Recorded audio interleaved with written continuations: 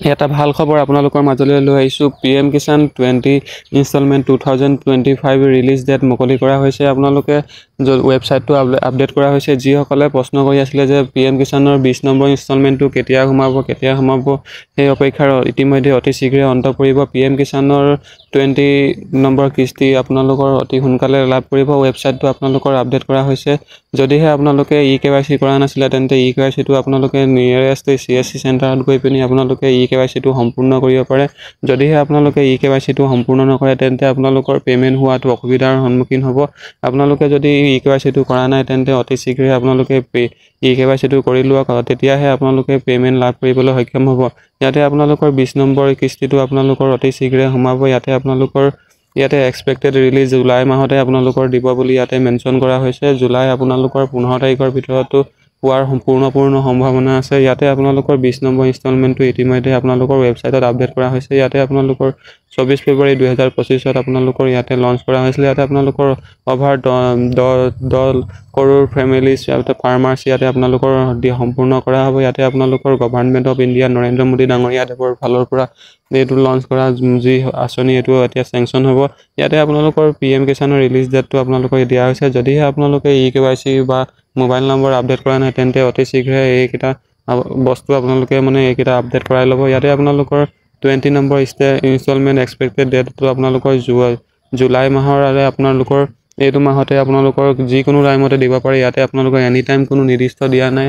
ইয়াতে আপোনালোকৰ 15 তাৰিখৰ ভিতৰতো হোৱাৰ পূৰ্ণ সম্ভাৱনা আছে। ইয়াতে ইনষ্টলমেণ্ট এমাউণ্টটো আপোনালোকৰ 2000 টকা পে' কৰা হ'ব। ইয়াতে আপোনালোকৰ টোটেল ইয়াৰলি এছেঞ্চ আপোনালোকৰ 6000 টকা আপোনালোকৰ ইনষ্টলমেণ্ট দিয়া হ'ব। ইয়াতে আপোনালোকৰ বেনিফিচিয়াৰী ফাৰ্মাৰ্ছ আপোনালোকৰ 10 কৰোৰ প্লাছ ফাৰ্মাৰক আপোনালোকৰ পে' কৰা হ'ব। ইয়াতে আপোনালোকে যদি PM কিষাণৰ টকাটো লাভ কৰি আছিলে বা কিবা কাৰণত আপোনালোকৰ বন্ধ হৈ গৈছিলে তেন্তে এই পেণ্ডিং টকাখিনিও একেলগে পাব। আৰু যদিহে 20 নম্বৰ কিস্তিটো সোমোৱা নাই তেন্তে অতি শীঘ্ৰে 20 নম্বৰ কিস্তিটো সোমাব। আপোনালোকে চিন্তা কৰিবলগীয়া কোনো কথাই নহয়, এইটো আপোনালোকৰ অতি শীঘ্ৰে সোমাব।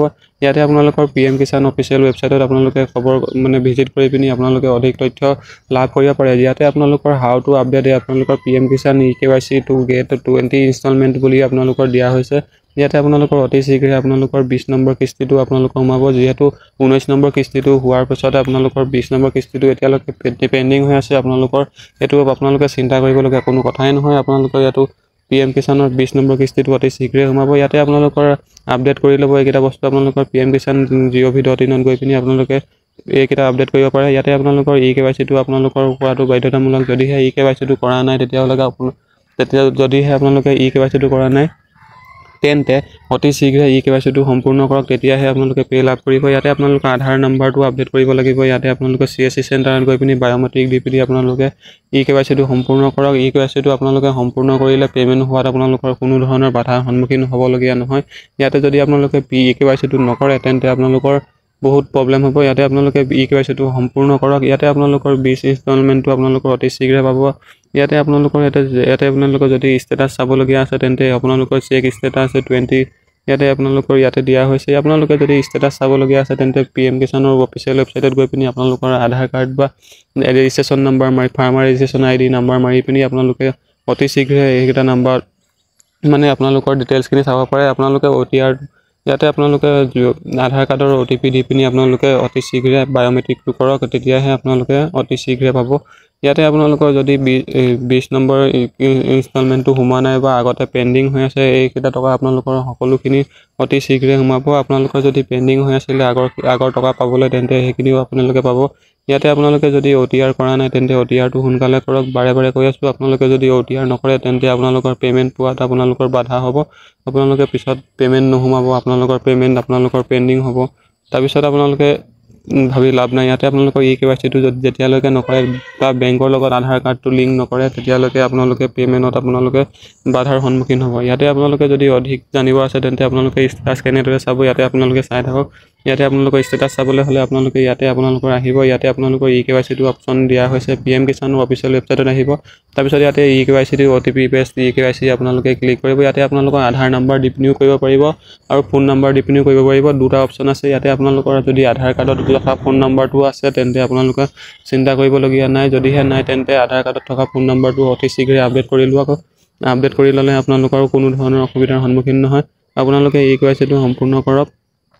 তাৰপিছতে আপোনালোকে ইয়াতে যদি মোবাইল নাম্বাৰ দিব আপডেট কৰিব পাৰিব। ইয়াতে আপোনালোকৰ যদি মোবাইল নাম্বাৰ আপডেট নাই তেন্তে মোবাইল নাম্বাৰটো আপডেট কৰিব পাৰিব। ইয়াতে যদি আপোনালোকে ৰেজিষ্ট্ৰেশ্যন নাম্বাৰ আছে তেন্তে ৰেজিষ্ট্ৰেশ্যন নাম্বাৰ দি পিনি আপোনালোকে ষ্টেটাছটো চাব পাৰে।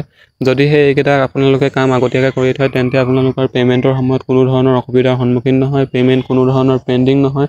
আপোনালোকে এইখিনি সকলোখিনি সম্পূৰ্ণ কৰিব পাৰিব। ইয়াতে আপোনালোকৰ PM কিষাণ অফিচিয়েল ৱেবছাইটত গৈ পিনি সকলোখিনি আপডেট কৰিব পাৰিব। যদিহে আপোনালোকে আপডেট কৰা নাই তেন্তে অতি শীঘ্ৰে কৰক। পে'মেণ্ট পোৱাত আপোনালোকৰ কোনো ধৰণৰ বাধাৰ সন্মুখীন হ'বলগীয়া নহয়। ধন্যবাদ। যদিহে আপোনালোকে কিবা অসুবিধা হয় তেন্তে কমেণ্ট যোগে সুধিব পাৰে। আপোনালোকৰ যদি KYC কৰাটো কোনো ধৰণৰ অসুবিধা হয় তেন্তে কমেণ্ট যোগে জনাব পাৰে। যদি